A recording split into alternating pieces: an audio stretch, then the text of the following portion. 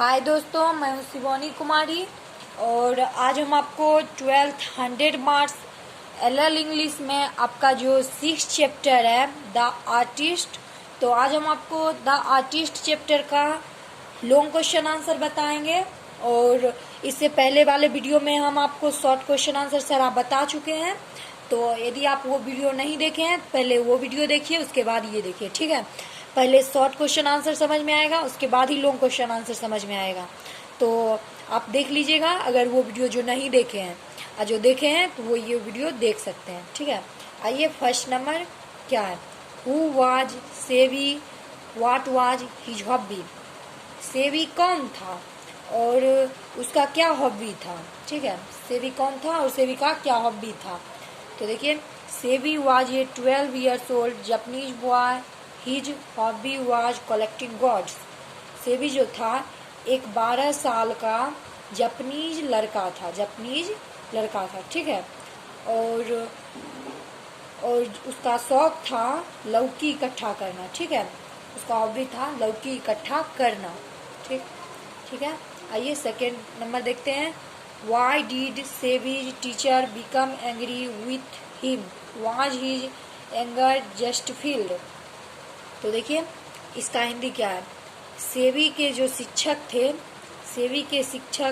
सेवी से क्यों नाराज थे और उनका नाराज होना, गुस्सा होना क्या जायज था। तो आइए देखते हैं आंसर। सेवी was cleaning the god in his class time. His ethics teacher caught his cleaning the god, so the teacher was angry with him. सेवी जो था अपने कक्षा के समय में, अपने पढ़ाई के समय में लौकी की सफाई कर रहा था, वो भी कौन से सब्जेक्ट में? इथिक्स सब्जेक्ट में। तो देखिए आपको पूछ सकता है कि सेवी जो था किस समय लौकी मतलब क्लास में जो अपने कक्षा में था कौन सब्जेक्ट के समय पकड़ा गया। तो इथिक्स याद रखिएगा, ठीक है। ऐसे हम ऑब्जेक्टिव बताएंगे तो बता ही देंगे, और लेकिन नहीं, आप इसमें भी ध्यान रखिएगा ताकि आपको बाद में ऑब्जेक्टिव याद उतना नहीं करना पड़े, ठीक है। तो वो जो था इथिक्स, नैतिक शिक्षक ने, नैतिक मतलब इथिक्स का हिंदी होता है नैतिक। तो इथिक्स सब्जेक्ट के जो टीचर थे वो सेवी को जो थे लौकी सफाई करते हुए, क्लीनिंग करते हुए पकड़ लिए थे, जिससे कि वो क्या थे, सेवी से नाराज थे, ठीक है। आइए थर्ड नंबर देखते हैं। Why and how did Sevi change his hobby? Describe in your own words. तो आइए सबसे पहले देखेंगे कि इसका हिंदी क्या है, ठीक है। तो देखिए सेवी जो था, सेवी ने अपना शौक क्यों और कैसे बदला। सेवी जो था वो बता रहा है, इसमें बता रहा है कि सेवी ने अपना शौक क्यों और कैसे बदला, अपने जीते हुए शब्दों में वर्णन करें। ये क्वेश्चन कहने का मतलब है सेवी जो था अपना शौक क्यों और किस लिए और कैसे बदला, ठीक है। और इसमें आपको कह रहा है कि अपने जीते हुए शब्दों में वर्णन करें। तो आइए वर्णन करते हैं, देखिए। When the teacher complained to Sevi's parents, his father beat him very badly and changed all his hobby. तो देखिए जब शिक्षक ने सेवी के माता पिता से शिकायत की तो उसके पिता ने सेवी को क्या किए, बहुत बुरी तरह से पीटे और उसका जो सभी शौक था मतलब गॉड्स जो था वो सारे गॉड्स को क्या किए, टुकड़ों में बदल दिए, ठीक है। आइए आगे देखते हैं। ही गॉड्स इनटू पीसेस देन सेवी चेंज्ड हिज हॉबी। तो वही सारे गॉड्स को क्या किए, उसका जो हॉबी था, शौक था, उसके सारे शौक को चकनाचूर कर दिए, टुकड़ों में बदल दिए, हॉबी को टुकड़ों में, पीसेस में बदल दिए, ठीक है। He was new interested in painting picture. और उसके बाद जो सेवी जो था उस काम को छोड़कर, हॉबी जो था मतलब उसका कलेक्ट करना जो था, इकट्ठा करना, वो छोड़कर और पेंटिंग पिक्चर्स में इंटरेस्ट, दिलचस्पी लगाने लगा, ठीक है। तो आइए आपका अब जो है एक्सप्लेन बताएंगे जो कि आपके एग्जाम में 4 मार्क्स के पूछे जाते हैं। तो देखिए सबसे पहले हम आपको ये बता देते हैं, एक्सप्लेन एंड इलाबोरेट, ये दोनों का मीनिंग एक ही होता है, ठीक है। जैसे देखिए ये क्वेश्चन है ना, ऐसे ही आपको 4 क्वेश्चन देगा और उसमें से आपको 1 क्वेश्चन बनाना है। 4 क्वेश्चन प्रोज सेक्शन से देगा और 4 क्वेश्चन पोएट्री सेक्शन से देगा। तो ये जो आपका क्वेश्चन है ऐसे ही क्वेश्चन दे देगा किसी भी चैप्टर से, और यहाँ जो है एक्सप्लेन भी लिख सकता है, और एक्सप्लेन नहीं लिखेगा तो इलाबोरेट लिख सकता है। ठीक है, तो घबराइएगा मत, ये दोनों लास्ट में लिखेगा ही या शुरू में लिख देगा, तो आप समझ जाइएगा कि एक्सप्लेन करने बोल रहा है। ठीक है, तो आइए देखते हैं। सबसे पहले आपको एक्सप्लेन किस तरह से बनाना है, तो आंसर लिख दीजिएगा, उसके बाद लिखिएगा जिस चैप्टर का, मतलब पहले देखिएगा आपको चारों एक्सप्लेन देगा, तो मतलब वो चारों में से देखिएगा कि आपको कौन सा एक्सप्लेन पता है कि ये इस चैप्टर का, ये सही पता होना चाहिए कि ये जो है ये लाइन इस चैप्टर से है। यदि उसमें गड़बड़ हुआ तो आपको 1 मार्क्स भी नहीं मिलेंगे। यदि पता चल गया है कि ये इस चैप्टर का है तो उसमें आपको 4 मार्क्स नहीं तो 3 मार्क्स मिल ही जाएंगे, और जैसे हम बताते हैं इसे लिखिएगा 4 मार्क्स भी मिल जाएगा। सिर्फ राइटिंग बेस्ड होना चाहिए, कटकुट नहीं होना चाहिए। तो देखिए आपको पता ही है सेवी का जो स्टोरी है किस चैप्टर में है, तो चैप्टर 6 में है, द आर्टिस्ट में है।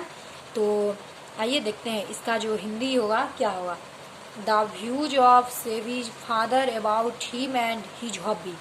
तो देखिए सेवी और सेवी के शौक, सेवी और सेवी के जो हॉबी था, शौक था, उसके बारे में सेवी के पिता जो क्या विचार करते हैं वो आपको बताना है। ठीक है, तो या इसका हिंदी हुआ सेवी के शौक, सेवी और सेवी के शौक के बारे में सेवी के पिता का क्या विचार है।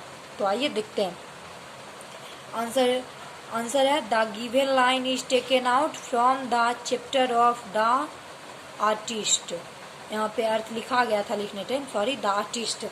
तो देखिए ये जो लाइन है, सबसे पहले आपका जो लाइन रहेगा वो तो आपको लिखना पड़ेगा। ये लाइन जो है किस चैप्टर से लिया गया है, तो जिस चैप्टर का रहेगा उस चैप्टर का। तो ये द आर्टिस्ट चैप्टर से सेवी की स्टोरी है, तो द आर्टिस्ट चैप्टर से लिया गया है।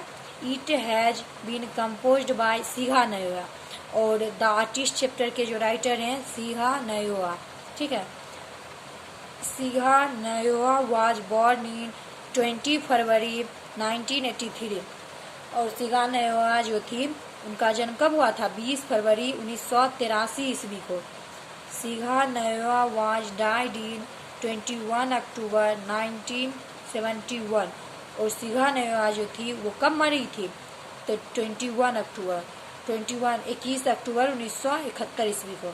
ठीक है, देखिए ये आपका हम फॉर्मेट बता रहे हैं, जो कि फॉर्मेट तो बहुत ही इम्पोर्टेंट है, बहुत ही मोस्ट इम्पॉर्टेंट है, क्योंकि आपका समरी में भी काम आता है और ऑब्जेक्टिव में भी।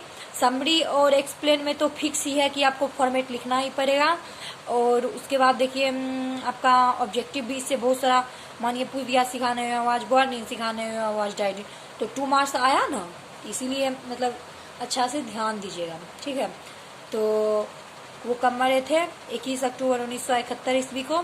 The given chapter is a short story, और ये जो द आर्टिस्ट जो चैप्टर है वो क्या है, शॉर्ट स्टोरी है, एक छोटा सा कहानी है। ठीक है, ये भी पूछ सकता है द आर्टिस्ट जो है क्या है, तो शॉर्ट स्टोरी है। देखिए in the given chapter he has talked about his Sevi's, और इस अध्याय में जो है उन्होंने सेवी के पिता जो है अपने सेवी के बारे में बात की है, और क्या बात किए हैं आगे आके देखते हैं। तो ठीक है, हम आपको बोले थे कि हम कॉपी से बनाते हैं, तो घबराइएगा मत, बस थोड़ा सा ही है।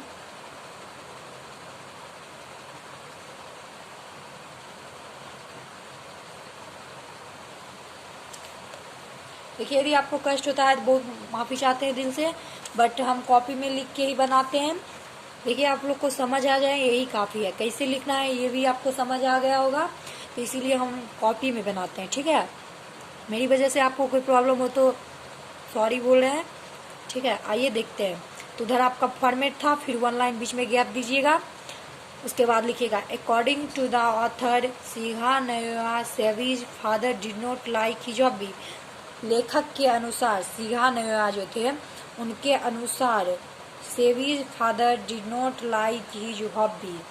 ठीक है, सेवी के जो पिता थे, मतलब सेवी के हॉबी को, मतलब वो जो लौकी इकट्ठा करता था उसको पसंद नहीं करते थे। His father wanted to make his son a learned person. His father wanted that Sebi should leave this work and take care of study। और उनके पिता जो थे, सेबी के पिता जो थे, सेबी के पिता जो थे वो चाहते थे कि मेरा बेटा एक विद्वान व्यक्ति बने। वो अपने बेटे को एक विद्वान व्यक्ति बनाना चाहते थे और उनका यही सपना था जो कि सेबी पूरा नहीं किया। वो तो लौकी इकट्ठा करने में रह गया। और सेबी के पिता जो चाहते थे कि सेबी इस काम को छोड़ दे, मतलब लौकी इकट्ठा करना छोड़ दे और पढ़ाई में ध्यान रखे। ठीक है, तो उम्मीद करते हैं आपको समझ आ गया होगा। तो ऑल द बेस्ट मेरे इधर से, और आप नोट कॉपी बनाते जाइए। और आपसे रिक्वेस्ट करते हैं, यदि आप इंग्लिश में कुछ भी नहीं पढ़ पा रहे हैं तो सिर्फ हम समरी जो बताते हैं उस समरी का फॉर्मेट याद कर लिया कीजिए। पूरे चैप्टर मतलब 21 चैप्टर जो है वो 21 चैप्टर आप जो फॉर्मेट है आप याद कर लीजिए अच्छा से। और उसके बाद मतलब चैप्टर और राइटर का नाम याद कीजिए, तभी 40 मार्क्स आ सकते हैं। 100 में 90 प्लस उम्मीद रखते हैं, तो हम जैसे बताते हैं वैसे ही पढ़ना पड़ेगा। ठीक है, तो ऑल द बेस्ट।